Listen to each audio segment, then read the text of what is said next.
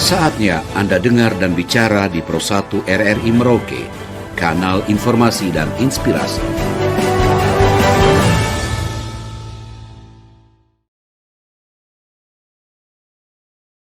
Bicara masalah keamanan, itu kita bicara keamanan secara keseluruhan dalam setiap tahapan. Karena kalau kita bicara pasca pemilu, itu belum lengkap. Kita harus juga bicara sebelum pemilu, pra-pemilu sampai dengan pasca pemilu. Dari pra-pemilu sampai dengan proses tahapan pemilu itu berlangsung, dan sampai dengan akhir pemilu, ya pada tanggal 14 Februari ya, pada intinya itu, dan sampai dengan tadi malam adalah penetapan kursi dan penetapan calon terpilih, itu sepanjang kurang lebih 2 tahun tahapan panjang ini, secara keseluruhan bahwa keamanan di Kabupaten Merauke maupun Papua Selatan secara umumnya berjalan dengan baik. Kita berterima kasih sekali buat rekan-rekan dari kepolisian, kemudian TNI, yang juga sama-sama dengan penyelenggara selalu membuat nyaman penyelenggara. Baik. Paling tidak kita sebagai penyelenggara pemilu, entah itu KPU maupun Bawaslu, akan selalu menjadi sasaran. Ya. Itu harus diakui seperti itu, tapi berkat apa yang dilakukan oleh teman-teman dari pihak keamanan, entah itu TNI maupun Polri, maka keamanan secara keseluruhan dalam tahapan ini berjalan dengan baik. Itu dibuktikan dengan pemilu, kemudian tahapan-tahapan panjang itu berlanjut sampai dengan pemilu tanggal 14 Februari sampai pada penetapan perolehan kursi dan penetapan calon terpilih tadi malam. Itu secara keseluruhan di Provinsi Papua Selatan aman. Begitu juga dengan kami sebagai penyelenggara dalam pengawasan, dalam proses panjang ini, sepanjang kami melakukan berbagai macam hal tentang penyelidikan, entah itu perkara dugaan tindak pidana maupun prosedur-prosedur pengawasan kami secara keseluruhan, selalu bersama dengan teman-teman kepolisian, sehingga itu semua dapat berjalan dengan baik dan kami merasa aman. Itu kemudian pada tanggal 14 Februari sebagai puncak jadi proses panjang pemilu 2024, itu pun tidak terjadi masalah yang cukup, walaupun benar seperti yang disampaikan Mbak Desi, itu isu nasional. Memang mengurus sesuatu yang berbau politik itu memang secara tensi, secara eskalasi itu memang selalu cukup tinggi, dan memang itu akan terdampak pada sistem keamanan. Kenapa? Karena dalam berjuang memperoleh kursi, dalam itu ya namanya politik ya begitu. Pasti orang selalu bilang begini, segala cara dihalalkan. Tapi kita percaya bahwa teman-teman kepolisian, keamanan, TNI, Polri mampu membuat kita masyarakat Merauke secara keseluruhan, masyarakat Provinsi Papua Selatan secara keseluruhan dari pra sampai pasca pemilu itu tetap aman dan nyaman. Ya, saya pikir kita bersyukur bahwa elit politik kita itu sudah dewasa. Kenapa? Bahwa sebenarnya akar rumput secara keseluruhan itu dia akan terpicu oleh elit. Ini kita harus akui bahwa setiap kali ada kerusuhan, ada rusuh antar warga ataupun juga hal-hal yang akhirnya membuat keamanan itu terganggu sepanjang pesta demokrasi, entah itu dari awal hingga akhir dari penyelenggaraan itu biasanya terjadi itu akibat karena masyarakat itu provokasi sama elit. Kalau elit itu dia dewasa, dia dapat menerima semua hasil yang terjadi dalam sebuah pesta demokrasi, entah itu pemilu maupun pilkada, percaya bahwa itu pasti akan aman saja. Karena akar rumput itu akan terpicu dengan itu. Yang tadi seperti isu-isu yang dimainkan kan. Karena orang itu tidak siap menang, tidak siap kalah, maka pasti akan ada cara yang bisa dibikinkan untuk bisa membuat kekacauan. Salah satunya dengan memanfaatkan akar rumput untuk itu. Nah, kalau elit-elit itu kita di sini saat ini sepertinya, ya kita bersyukur bahwa tidak sampai melakukan hal-hal yang nanti akhirnya memprovokasi sehingga terjadi konflik horizontal di dalam masyarakat. Nah, sehingga pada dasarnya bahwa dari awal berjalannya tahapan pemilu sampai dengan pasca pemilu itu semua berjalan aman dan lancar. Saya berharap ini juga akan terjadi dalam pilkada, bahwa semua elit yang akan bertarung dalam kontestasi pilkada itu dia dapat bisa lebih dewasa, dapat bersama-sama dengan penyelenggara, bersama-sama dengan TNI Polri untuk membuat keamanan itu. Bagaimana sih orang calon pemimpin itu dia bisa menjadi pemimpin yang baik kalau dia tidak mampu untuk memberikan sebuah keamanan, jaminan keamanan. Jaminan keamanan cuma sederhana. Kita bisa untuk menerima apapun hasil yang keluar saat itu. Nah, sehingga tidak melakukan provokasi ataupun memanfaatkan akar rumput untuk melakukan sebuah kekacauan atau sebuah konflik. Saya berharap seperti itu, sehingga pemilu kemarin yang dari awal sampai dengan akhir ini sudah berjalan dengan baik, dengan keamanan yang benar-benar sangat baik, itu bisa dilaksanakan lagi di pilkada. Saya pikir teman-teman keamanan dari TNI Polri punya strategi dan kiat-kiat. Nah, selain terhadap masyarakat, tentunya kami penyelenggara juga mengharapkan keamanan yang baik. Supaya penyelenggaraan itu dapat berjalan dengan lancar. Betul. Kami kalau misalnya kami merasa tidak aman, pastikan penyelenggaraan itu juga tidak terlalu baik. Iya. Tapi kalau Pak Jerry dan rekan-rekan menjamin keamanannya kita, pasti kita dapat melaksanakan setiap tahapan itu dengan baik.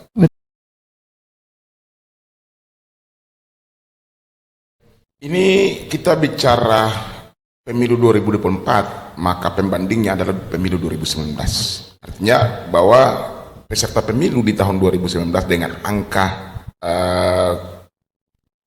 dugaan tindak pidana pemilu ataupun pelanggaran itu masih lebih banyak di 2019 ketimbang 2024. Berarti di 2024 peserta pemilu itu sudah lebih paham terkait dengan aturan kepemiluan, lebih tahu terkait dengan sanksi yang didapat apabila dia melanggar. Jadi di 2024 itu untuk pelanggaran itu tidak terlalu banyak yang ditangani. Nah, kemudian untuk persoalan dugaan-dugaan pelanggaran yang dilakukan oleh peserta pemilu, kan peserta pemilu ini dalam undang-undang itu partai politik. Jadi anggota calon-calon DPR itu ada bukan peserta pemilu, yang menjadi peserta pemilu ada partai politik, mereka yang ada di dalam partai politik. Nah, sehingga baik dari partai politik, calon anggota DPR yang diusung itu pada 2024 itu saya pikir sudah lebih baik. Lebih baik artinya bahwa dalam menangani dugaan pelanggaran yang dilakukan oleh peserta pemilu itu kecil sekali. Sedangkan yang saya harus ingatkan, ini kasus terbanyak itu datang dari masyarakat dan tim sukses. Baik. Ya, ini salah satunya ya, Pak. Ya, ini yang kebanyakan pelanggaran dugaan pelanggaran itu terjadi di situ. Jadi laporan yang disampaikan yang ditangani oleh Bawaslu, baik Bawaslu provinsi maupun Bawaslu kabupaten, itu dilaporkan itu ada masyarakat tim sukses yang dilaporkan. Kemudian bahkan penyelenggara yang dilaporkan. Jadi antar peserta pemilu itu yang dilaporkan itu cuma berapa persen saja. Tapi lebih banyaknya itu. Jadi saya cuma ingatkan begini. Pasal dalam kepemiluan untuk pemilu itu dia masih lebih baik daripada pasal yang menangani dugaan pelanggaran di pilkada. Kenapa? Pasal yang menangani pelanggaran di pemilu itu ada sanksi maksimalnya. Saya kasih contoh misalnya dugaan tindak pidana pemilu dalam misalnya menghilangkan atau menambah atau mengurangi perolehan suara. Itu kalau dilakukan dan itu secara sah dan meyakinkan oleh pengadilan itu terjadi, kemudian diberikan sanksinya, maka hukuman maksimalnya 4,5 tahun dengan denda 48 juta. Itu kalau di pemilu. Karena pemilu sudah lewat, saya mau kasih ingat saja untuk pilkadanya, karena kita sedang beririsan tahapan ini. Jadi kalau di pilkada atau kita istilah penyelenggara adalah pemilihan. Jadi kalau orang sebutnya pilkada, kalau penyelenggara itu istilahnya adalah pemilihan. Jadi ada pemilu dengan pemilihan. Kalau secara umum kita sebut dengan pilkada, tapi untuk istilah penyelenggara adalah pemilihan. Untuk pemilihan itu, untuk persoalan dugaan tindak pidana pemilunya, itu dia tidak ada sanksi maksimalnya. Tapi dia adalah ditulis ada sanksi minimalnya. Jadi misalnya kalau di pemilu itu sanksi maksimalnya 4,5 tahun apabila terjadi pelanggaran yang melanggar pasal 352 itu sanksi maksimalnya itu. Tapi kalau di pilkada beda, dia menyebutkan angka minimalnya. Jadi misalnya dalam melakukan sebuah dugaan pelanggaran, kemudian hukuman kurungan badannya adalah minimal 3,5 tahun. Berarti maksimal kan tidak ditulis di situ. Jadi bisa saja dia lebih banyak dari itu. Nah itu, jadi ini perbedaan antara Undang-Undang 10 2016 yang menaungi pilkada atau pemilihan dan Undang-Undang Nomor 7 tahun 2017 yang menaungi pemilu. Ini beda karena aturan dua ini sangat berbeda dari sanksi hukumnya. Jadi saya coba ingatkan itu. Nah, kemudian untuk kita bicara lagi terkait dengan persoalan masalah keamanan, saya tadi kan Polres dari artinya Pak Kabak yang sebutkan tadi terkait dengan miras yang menjadi pemicu utama dalam banyak dugaan tindakan kasus kriminal di Merauke. Saya harap nanti di pilkada itu ini juga harus diantisipasi, Pak. Karena pilkada itu dia akan menjadi tensinya sangat berbeda dengan pemilu. Pemilu itu orang akan menyoroti banyak orang. Artinya ada banyak calon anggota legislatif yang maju, kemudian semua mata tertuju kepada mereka dan ada berbagai macam orang, ada 400-an sampai 500-an calon di sana dan semua orang melihat mereka. Nanti di pemilihan dia akan mengerucut antara 2 sampai 3 atau 4 paling banyak lah calon untuk dipilih. Entah itu gubernur, entah itu bupati. Dan kita sebagai provinsi baru, tentunya kita juga akan melaksanakan pemilihan gubernur pertamanya kita. Tensi di pilkada itu selalu berbeda. Jadi tentunya sistem keamanan yang kita harapkan dari teman-teman dari kepolisian maupun TNI itu bisa ditingkatkan supaya dalam penyelenggaraan pemilihan 2024 yang jatuhnya nanti di 27 November pemilihannya itu dapat berjalan dengan aman sepanjang tahapan yang masih tersisa 3 bulan ini. Nanti di Oktober itu tahapan pendaftaran dari partai politik. Jadi kita berharap nanti sistem keamanan yang dibangun sama terutama Polri ya, karena Polri yang paling garda utamanya untuk pengamanan masyarakat bisa punya formula tepat untuk mencegah peredaran miras ini di saat penyelenggaraan pemilihan. Karena ini mengerucut hanya untuk beberapa calon, tentunya akan menjadi piramida. Calon-calon akan ada di atas dan semua orang akan memandang ke atas dengan piramida. Dan pendukung ini tentunya akan banyak sekali. Dan pergeseran antara pendukung itu pasti bisa saja terjadi. Akan orang yang tidak susah dikasih tahu itu ada 3. Pendukung klub sepak bola, orang jatuh cinta, dan pendukung calon. Ini yang susah sekali dikasih tahu. jadi kalau ini kita berharap teman-teman dari kepolisian punya kiat untuk menangani itu. Bahwa memang untuk pemilu 2024 untuk Kabupaten Asmat dan Kabupaten Mapi memang ada sedikit gejolak terkait dengan rekapitulasi hasil di Mapi itu sampai terjadi perusakan di aula Dinas Pendidikan sebagai tempat dilaksanakannya rekapitulasi hasil. Saya pikir kerusuhan ataupun chaos yang terjadi itu memang di luar dari prediksi kita semua.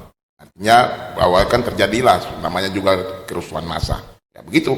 Tapi untuk kerusakan itu saya mau jawab bagaimana? Saya pikir ini pertanyaan juga agak sulit saya jawab, tapi yang bertanggung jawab pastinya yang menggunakan gedung kan. Gedung aula itu kan dikomersilkan. Jadi kalau memang ada acara-acara yang mau digunakan kan orang bisa menggunakan aula itu. Jadi kalau memang ada kerusakan yang terjadi, walaupun kita kasih tanda kutip bahwa itu di luar dari kemampuan yang melakukan penyelenggaraan itu, tapi tetaplah dia harus bertanggung jawab terhadap itu. Karena kalau dia tidak melakukan itu di situ, tentunya tidak akan terjadi kerusakan. Tapi karena mereka melakukannya di situ, maka terjadi kerusakannya masih menjadi tanggung jawab bersama lah. Saya pikir seperti itu. Dan untuk yang sisipan tadi. Ya, itu saya pikir dalam penyelenggaraan pemilu 2024 khusus di Kabupaten Mapi itu kami khusus saya komentari Bawaslu ya bahwa memang sudah melaksanakan tugas-tugasnya dengan cukup baik. Nah, terbukti bahwa dalam melaksanakan menerima laporan ataupun menyelesaikan persoalan-persoalan yang terjadi di Kabupaten Mapi sepanjang pemilu 2024. Bawaslu Kabupaten Mapi sudah dapat melaksanakan tugasnya dengan baik. Nah, jadi untuk persoalan keamanan dan lain-lain ini kan saya tidak bisa komentari karena itu dari ranah dari teman-teman dari Polri dan TNI ya. Jadi untuk hal-hal lain yang terkait dengan penyelenggaraan itu, entah itu yang dilaksanakan oleh KPU maupun Bawaslu, itu saya pikir ya sudah cukup maksimal lah. Saya pikir itu pertanyaan yang baik supaya sama-sama kita di tempat ini di momen ini kita sama-sama bisa dapat menyampaikan edukasi untuk masyarakat terkait dengan prosedur-prosedur yang dilaksanakan di Bawaslu dalam penanganan pelanggaran. Jadi untuk Bawaslu itu karena Bawaslu provinsi Bawaslu itu dia bekerja secara hierarkis. Jadi untuk persoalan-persoalan dugaan-dugaan pelanggaran misalnya nanti kita hadapi di dalam pemilihan kepala daerah nanti. Itu bukan cuma dapat dilaporkan di Bawaslu Kabupaten, tapi juga dapat dilaporkan ke Panwas Distrik ataupun Panwas Kelurahan Kampung, karena struktur Bawaslu itu dari Bawaslu Republik Indonesia, Bawaslu Provinsi, Kabupaten, kemudian ada Panwas Kecamatan atau di sini kita sebutkan dengan Panwas Distrik, kemudian di setiap kampung dan kelurahan itu ada sudah punya satu pengawas kelurahan kampung. Itu bisa dapat dilaporkan juga dugaan pelanggaran itu kepada mereka, karena kita bekerja secara hierarkis. Jadi nanti kalau misalnya dilaporkan ke pengawas, misalnya di Sayap itu masuk di kelurahan Rimba Jaya. Jadi kalau misalnya ada dugaan pelanggaran yang diketahui oleh masyarakat, bisa dilaporkan ke pengawas kelurahan ataupun langsung datang ke Panwas Distrik Merauke. Bisa dilaporkan ke situ. Nanti prosesnya ditangani secara berjenjang. Misalnya kalau datang ke kabupaten itu dia tidak cepat, bisa aja dia bisa langsung ke Bawaslu, ke Panwas Distrik, bisa disampaikan laporannya ke sana. Sehingga Panwas Distrik itu bisa memprosesnya, kemudian baru disampaikan kepada Bawaslu Kabupaten. Itu bisa. Dan kalau misalnya nanti keluhan seperti ini, kita akan fokus pada bagaimana Bawaslu Kabupaten tidak dapat tidak merespon dengan cepat. Maka saya mau sampaikan nanti kami akan evaluasi ini.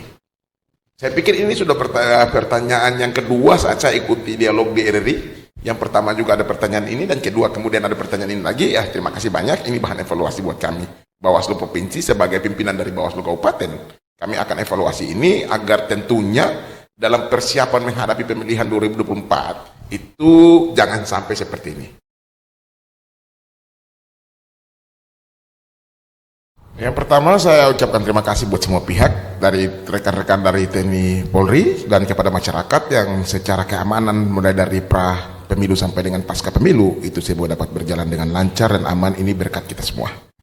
Dan tentunya saya juga berharap untuk semua masyarakat, rekan-rekan TNI Polri, stakeholder, semua peserta pemilihannya akan masuk pada tahapan kontestasi pemilihan kepala daerah tahun 2024. Untuk mari kita sama-sama juga menjaga, menghimbau kepada pendukung, kepada simpatisan agar kita sama-sama menjaga keamanan, ketertiban sepanjang proses pemilihan kepala daerah tahun 2024, dengan tentunya membantu teman-teman dari TNI Polri untuk sama-sama menjaga stabilitas keamanan di daerah kita yang kita cintai bersama. Sebagai calon pemimpin tentunya berikanlah rasa keamanan itu kepada masyarakat, berikanlah jaminan itu kepada masyarakat supaya masyarakat meyakini Anda sebagai pemimpin masa depan kita. Terima kasih atas partisipasi Anda bersama Pro 1 RRI Merauke.